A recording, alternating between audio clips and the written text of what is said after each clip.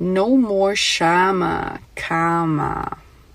What is up, ladies and gents? It's your boy Jermaine Event, main on MMA, and today we are going to give TheWeasle a chance. Alright, maybe you guys won't ever see this video, but as I've said in a previous video, anytime I've tried to react to one of TheWeasle's videos, OBS kind of glitched out. Not while, but when I play it back, it's completely glitched out. I don't know what voodoo he puts on here, but let's see if we can bypass it, ladies and gents. Let's check it out. A wise man once said, put him Ankalaev. And when Ankalaev was put, a lot of people have been coping about the fight. Even Alex Pereira himself. This is exactly what he said, quote, "I knew it would be a war. Every fight of mine is a war. He put some pressure in the second round. I felt some of his strikes, but putting me up against the cage, he didn't really do anything. We followed our strategy. We know that he puts people against the fence and he plays that game. Giving him the win with a game." Nah, nigga. Nah, nigga. Nah, nigga. See, I was even just having a conversation with this guy on my YouTube channel. He commented that he's never been so excited for a fight and then so let down, like, after the fight was over. And he's like, they just didn't do anything. And I'm like, he said they were just standing around. And I'm like, dude, I thought that was one of the best fights I've ever seen. I thought Alex being able to stay up was amazing. And I don't know, I was shocked that Magomed wasn't able to get him down, but I thought his striking was so much better. He was coming forward, he was walking Pereira down. Ankalaev looked great. Like, I don't understand how people are saying that fight was boring, like, or any of this nonsense. And if his game, he said he did his game plan, right? We knew he holds people up against the fence. Then what was your game plan? Why isn't your game plan breaking free? Your game plan was to just let him hold you up against the fence and punch you in the face until the ref breaks it up? That was your game plan? That's what it seems like. Plan like that kind of incentivizes people to do that against people. People might say it's a boring style, but when a guy gets a win doing that, it kind of makes people want to do that too. I heard him against the fence. The only difference is I was the one against the fence, unquote. So he's pretty much saying that Ankalaev won because he was able to keep Alex on the fence, and Alex was the one landing damage? What? It's like, okay, man, insane. I understand that it's not going to be the most entertaining thing, but when we're talking about the skills of a fighter, what does that mean about Alex then, who can't fight off the fence? He's a mixed martial artist in an MMA fight. His job is to fight off of the fence if the fight goes there, and he just wasn't able to do it in that fourth round. Exactly. It's crazy, like, most of the talk is about the fourth round, when there's literally 4 other rounds of the fight, right? It's not like Ankalaev did that the entire fight. Ankalaev was just a better fighter. Crazy. The cage has been a part of the sport since the beginning, and wrestlers have been fighting off the fence ever since the very beginning. This isn't the first time, and it won't be the last time. There's gonna be many fights, and fighters have to be able to adapt and fight defensively well to get themselves off the fence. And it's not even like that's all he did. Alex and a lot of people are talking like that's all Ankalaev did in the fight. The Ankalaev was the boring fighter, while Alex was what? Trying to get the knockout? Alex was going forward, throwing Alex did nothing. Alex was scared that whole fight, backing up, only threw leg kicks. Ankalaev was coming for that man's head. Y'all need to put some spec on my boy Big Ank. Strikes. He was the one trying to make the fight exciting. Alex wasn't doing any of that. Ankalaev was in fact the fighter who made more of an effort to do those things that people are criticizing him for not doing. If Ankalaev was boring, that must mean Alex was insanely boring. He was essentially fighting like champion Adesanya. The same fighter that he fought like Izzy. Wow. I'm glad somebody else sees this comparison. He fought how Izzy usually fought in his title fights. The way you guys criticize Izzy for doing nothing but throwing leg kicks, being defensive, backing up the whole time, kick, circle. That's exactly what Alex did in this fight, dude.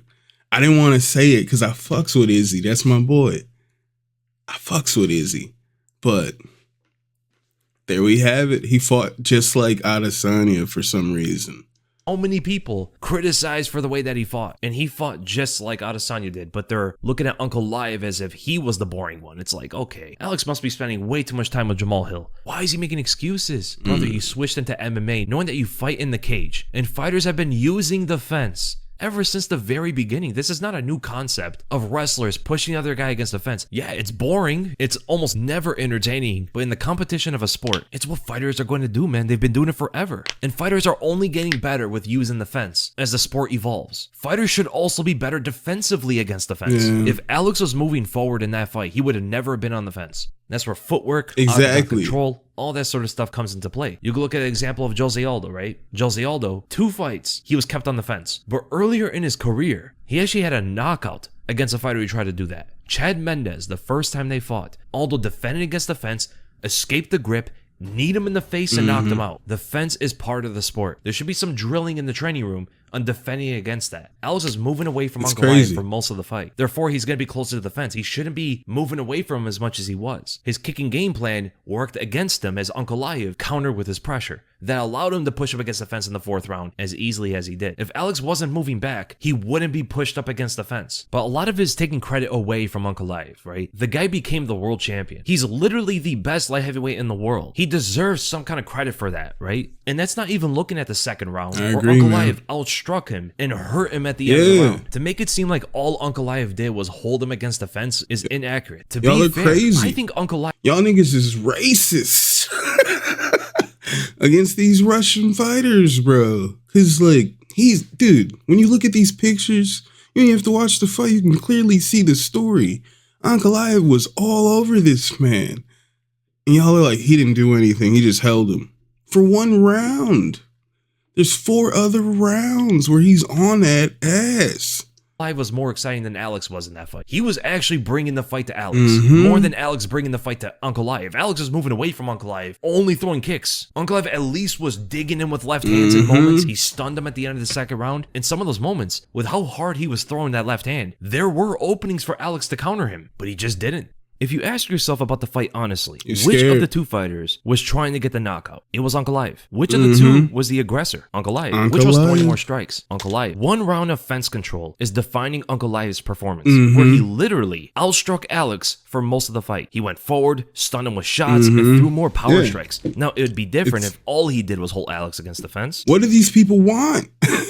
I don't know what these people want. You guys are complaining about a great fight, a great performance from a fighter, and you're just sad your Shama boy didn't win. Like, that, you can't hate on Ankalaev for being great. What happened in the other 20 minutes of that fight? Ankalaev outstruck him for most of that. That's what actually happened in the fight. Now, 5 minutes of control against the fence is a long time, and I get it. I don't find that necessarily the most entertaining thing either. But to say that's all he did, or even that's what he mostly did, is inaccurate. Listen, man, I'm an Alex Pereira fan. He's an amazing striker. He had great takedown defense. He showed some good skills in that fight that we haven't seen before. But the better fighter won. Alex Pereira lost to the better fighter. End of story. Can he win the rematch? Yes, he can. He absolutely can. But he needs to make the adjustments in striking, knowing now that his takedown defense is as good as it is, right? He should be a lot more confident in his takedown defense going into the rematch now. But you can't rule out Ankalaev winning as well. This is a fight between the 2 best fighters in the light heavyweight division. This is the reason why we wanted to see this fight for a long time. It's the 2 best fighters in the weight class. Now, here's the thing about the evolution of the sport. So fighters evolve over time, generally. Now, light heavyweight, heavyweight have regressed, but there are some fighters, some outliers in these divisions, who are getting better and should raise the standard of how good a light heavyweight fighter should be. That doesn't always mean they're going to be more exciting, though. Sometimes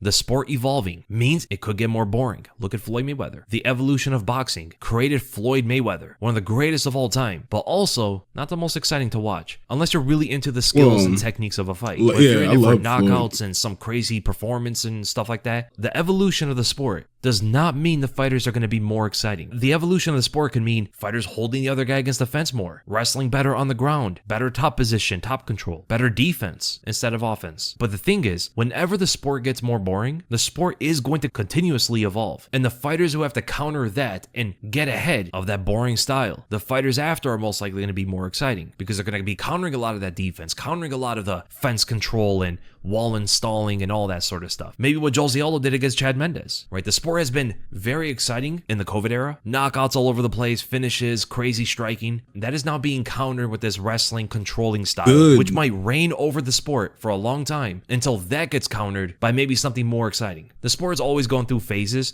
Like at one point, it was a sprawl and brawl style after wrestling was dominating, right? Wrestling used to dominate the sport until the sprawl and brawlers came, the Chuck Liddells and those guys. And then came the well-rounded fighters. who are able to both offensively strike and wrestle. So then the sprawling brawlers could get outstruck, and they have to worry about both striking and wrestling, not just wrestling, right? They were used to just fighting these wrestlers. They would train to stop their takedowns and then outstrike them. But once these wrestlers got really good at striking, it changed the whole landscape of MMA. And the fighters got more well-rounded and all that stuff, and it just continuously evolves to beat the existing trend. So right now it's this controlling, wrestling, spamming takedown style. I'm not saying that's what Ankalaev was doing. Ankalaev is a well-rounded fighter who also has good striking. But the thing is, there's always going to be cope when the stars lose. The most favorite fighters in the sport are the stars. That's where most of the casual fans are watching for. But eventually, they'll be a fan of the game over the players. That's where nearly every longtime fan is, as we all watched our favorites lose. With me, it was Anderson Silva and Jose Aldo. Both knockout losses. I mean, the Aldo one was actually, that was tough. I was coping about that knockout loss for like a week straight. But after those two, I never put a fighter over the sport. My favorites lost. I would say retired, but Aldo's still fighting, which is crazy. But it's the mentality of fan of the sport over the fighters that keeps people being fans, and it becomes a lot easier to appreciate the techniques and effectiveness of combat, even with the fence control stuff. When you look at feints and you look at hand traps and foot positioning and stuff like that, you start to appreciate a lot of these techniques that make a big difference in a fight. It seems like most people, when they watch fights, they just want to see the knockouts. They want to see the big punches and kicks and stuff like that. And they don't really care about the feints and